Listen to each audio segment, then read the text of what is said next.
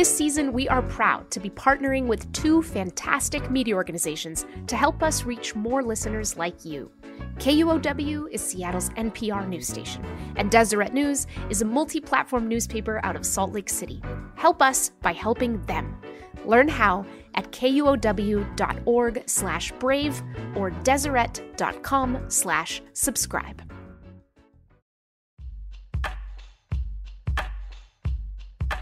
Hello all, and welcome to 3 weeks until the 2024 election. Yes, I did just say 3 weeks. So of course, everyone is thinking about the vote, the thing, the everything, the be-all, end-all civic act that involves each one of us voters and a collective holding of breath. But follow me for a second, because when you step back a bit, a lot of the twists, turns, and attitudes that shape our daily lives don't come down to a private, me and my ballot moment of truth every year or 4. Those things are proposed and debated and sometimes agonized over in a messier and totally everyday context. Groups. I'm talking about community meetings, PTA meetings, club events of all kinds, discussions or trainings hosted by a church, a nonprofit, a civic group, local media, city hall, you name it. I say at the top of every episode that across this country, we are proudly conservative, liberal, independent, or just ourselves. And that we don't want to be at war in America. We want to be at home. We want what we think to matter. We want to just belong. Which brings me to the heart of this week's beat. When the ideas that divide people are turning up everywhere there are people, how do you make sure that a gathering that's meant to be a meeting of minds doesn't devolve into a clash of cultures? And when the whole flavor of a group you want to participate in goes somewhere you can't follow, how do you deal? My guest today is my friend and colleague, Steve Saltwick. Now, a lot of people, myself included, came to political bridge building, at least in part, because of the dysfunction we're coming up against daily out there. But for Steve, oof, it's visceral. This is a guy who, when he sees problems, he just gets to work. So the ideas we don't consider, the solutions we don't find, the work we don't all do because we think our political differences are too debilitating, is a knot I've seen him try to untangle like no one else. Before he started what is now the largest local Braver Angels group in Austin, Texas, and led national-scale projects to unpack this problem, he wasn't sure he could work with the other side either. Here's Steve talking about the moment at his first Braver Angels workshop that changed all that. Up comes an Uber, out of the Uber gets a dude with long hair, registers as a blue. I'm going, I don't know if I would ever talk to this guy in real life. And then we have this exercise called the fishbowl about, well, what do you think is strong about your policies in the country, and what are your reservations, right?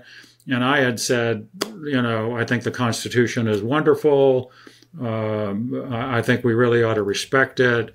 I want to make sure we don't forget all the good things we've done as a country, but there's a lot of things we got to fix and work forward. And this guy comes up, my liberal dude, and says, I think the Constitution is wonderful. And that got me shocked at that point, right? Wow. And he said, and I know we got to work on a lot of stuff, but I don't want to, and I know we've done a lot of good stuff, but I don't want to forget all the work we've got to do, right? So it hit me at that point. This is two sides to the same coin. We both want to work to make the country a better place.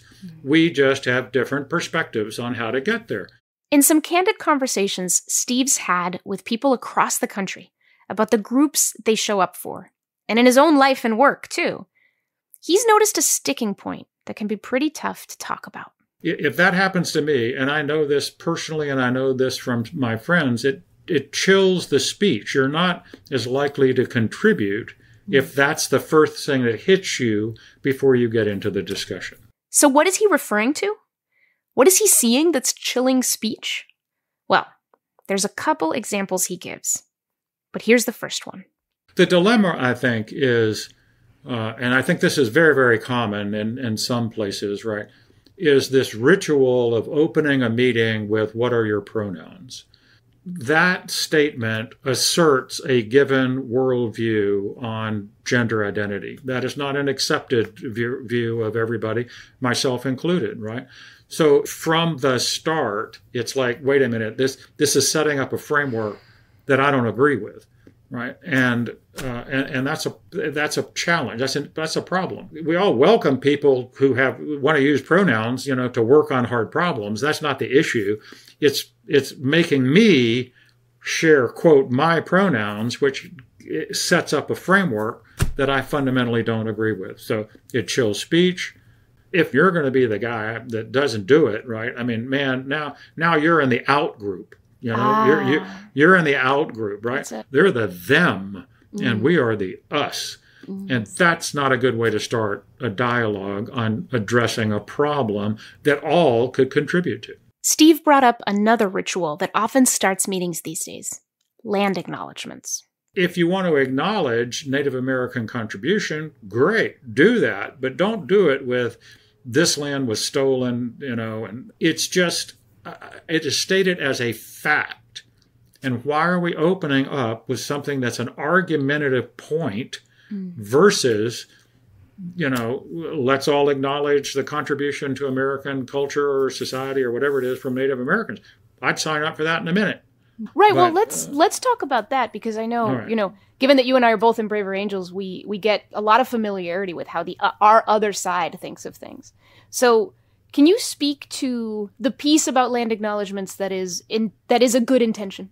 Yeah. I mean, the thing that Braver Angels has taught me at the core is that people of very, very different political outlooks, strongly held political outlooks, still have the good intention of trying to help America, the country they love.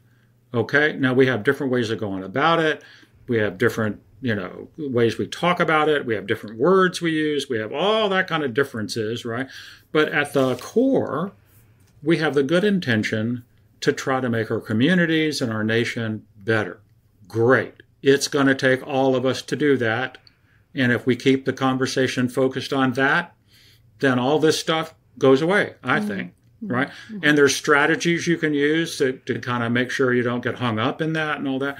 But the thing that really helps me in my personal life is this: you assume good intention until proven otherwise. And it is amazing how many people have good intentions to move this forward, whether they use their pronouns or whether they do land acknowledgments and all that. But you got to get to where you have that dialogue. Right.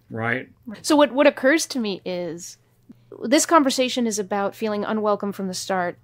And what I know of the best intention of sharing pronouns and trying to make it a norm of everyone shares pronouns, and the best intention of land acknowledgments, saying something about the stewards of the land, what came before, a kind of gratitude that is a part of kind of a cycle of healing. That's the idea, is that both of those things are designed to welcome people too.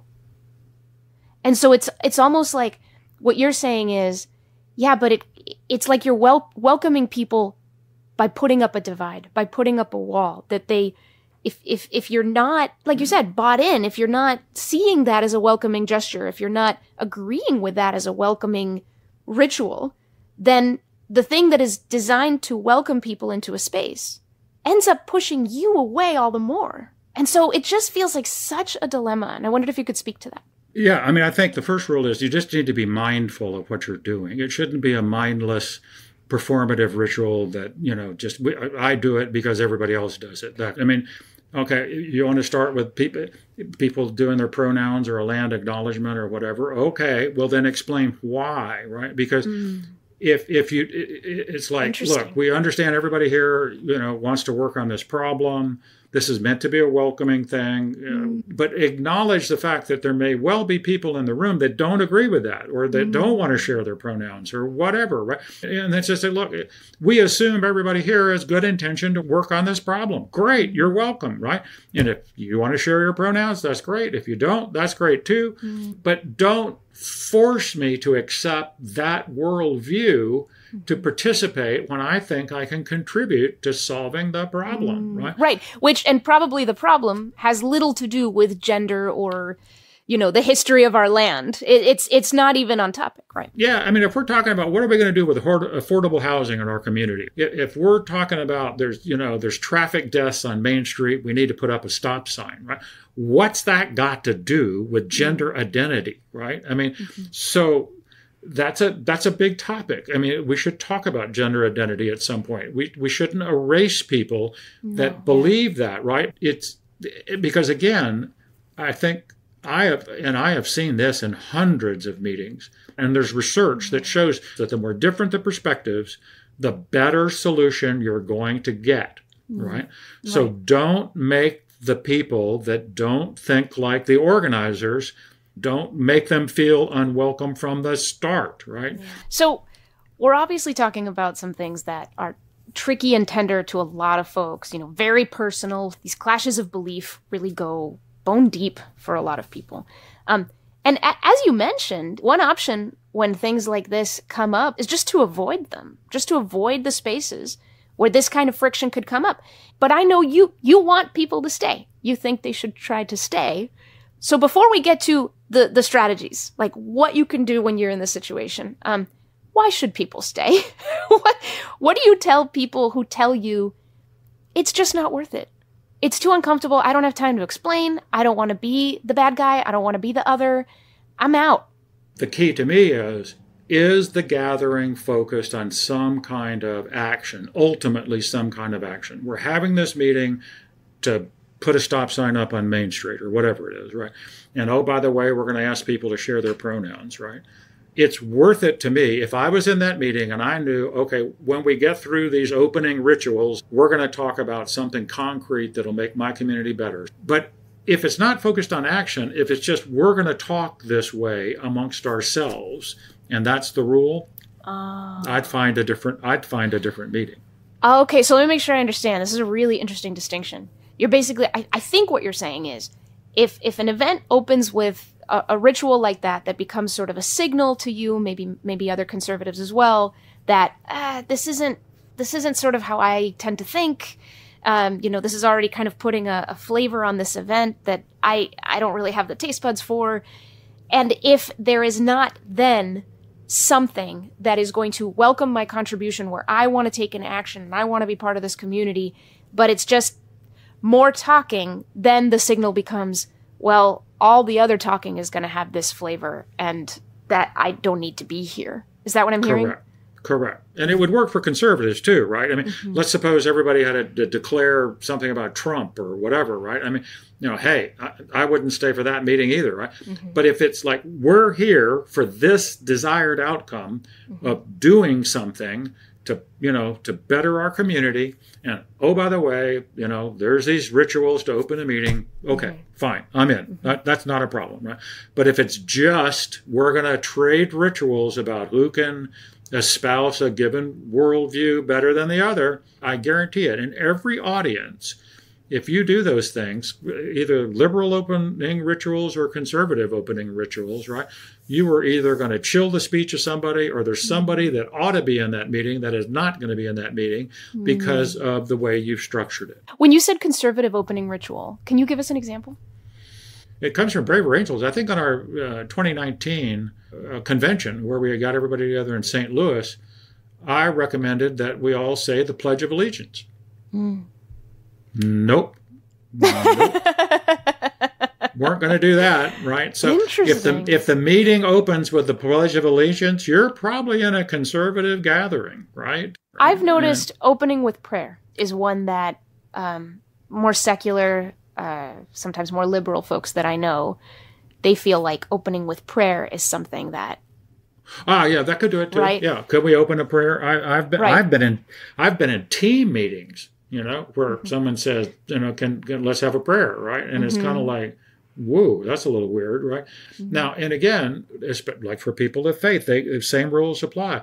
If you're going to open with a prayer, then talk about why you're doing that. Right. It really strikes me what you're saying. It really resonates. This idea that Any kind of opening that is not somehow explained presumes adherence, presumes acceptance and a kind of uniformity. Because there's a lot of folks who embrace sharing your pronouns. It's designed to be welcoming. And then with land acknowledgements, it's supposed to be welcoming for communities who, feel that history has forgotten important contributions, and it's supposed to be welcoming. For faith, opening with prayer, it's, I think, supposed to be bonding, right? It's supposed to remind everyone, we're here, we're connected to God, we're connected to each other through our faith. It's supposed to strengthen the gathering for folks who have that faith. It's like each of these rituals that you're describing, whether they might lean, you'll see them more in liberal spaces or you'll see them more in conservative spaces. The Pledge of Allegiance, for crying out loud. That's a reminder of, it's designed to be a reminder of we're Americans, we're united in some way, but it's been colored, right? There's politics work their way into all of these disagreements about these identities applying to me more than you, or I have trouble with this, or I'm not sure about it, I don't buy it. So what I'm hearing from you that seems so smart is this idea of, if you don't explain it, if you don't say anything around it, you risk people assuming that you have just made a box, and the people who love this are in the box, and the people who don't love it are not and don't belong. Yeah, and so just being mindful of that, and then and underpinning that is assuming good intention, right? I mean, so no matter which side you're on, and so it's not helpful to open with something that immediately puts a dividing line between people. I want to close by passing on a couple things Steve has done to navigate that dilemma that so many of us run into in our own way out there. To stand side by side with people who see the world through a different frame without stepping away from our own. The first is something Steve's done at his local Braver Angels Alliance meetings, when new people show up, liberals and conservatives, and tension hangs in the air. I'm a conservative and my co-chair is a liberal. And I would wear a blue shirt and he would wear a red shirt. And when I introduced myself, I'd say, I'm Steve, I'm a conservative, blah, blah, blah. And I'm wearing a blue shirt in honor of all my liberal friends, that are in this meeting. And he would say, I'm Mike, and I'm a liberal, and I'm wearing a red shirt in honor of all my conservative people in this meeting. And so, and I'm amazed. I mean, we have had more people comment upon that. Right. It instantly diffuses the situation that there's a heterogeneity in the group, right? And that we're all here to respect one another because we've got a problem we need to work on. Right. Right. And that kind of stuff. And then there's what Steve has resolved to do when it comes to people's pronouns. If he's in a situation where pronouns come up, he says, and he doesn't feel comfortable with all the ways he's being asked to use them, he'll just use the person's name. That says that I recognize them as an individual, right? That I welcome their contribution to this thing. It doesn't force me into acknowledging a framework that I don't agree with or I think is unsettled. And then the other thing is, so many times these pronouns are so, how shall I put this? Because again, I'm not trying to be disrespectful. I'll just put it this way. I can't remember them. I mean, these are not things that are in my repertoire. This is not in my vocabulary. I know I will screw it up. I will not use the right pronouns, right?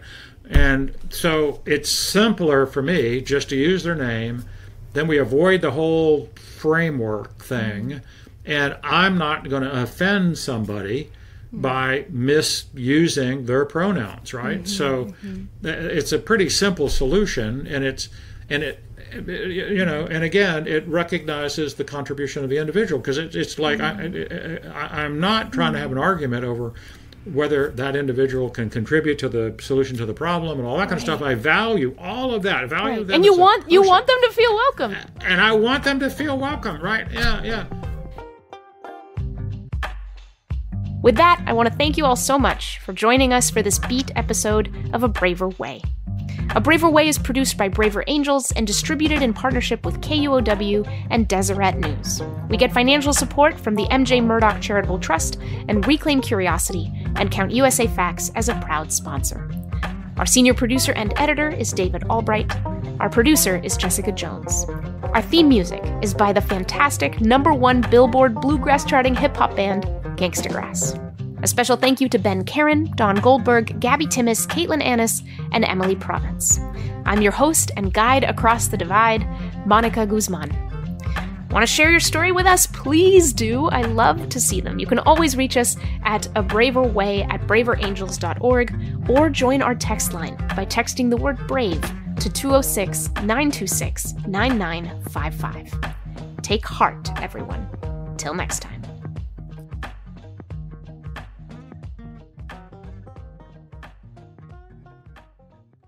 And now a little more about one of our two fantastic media partners.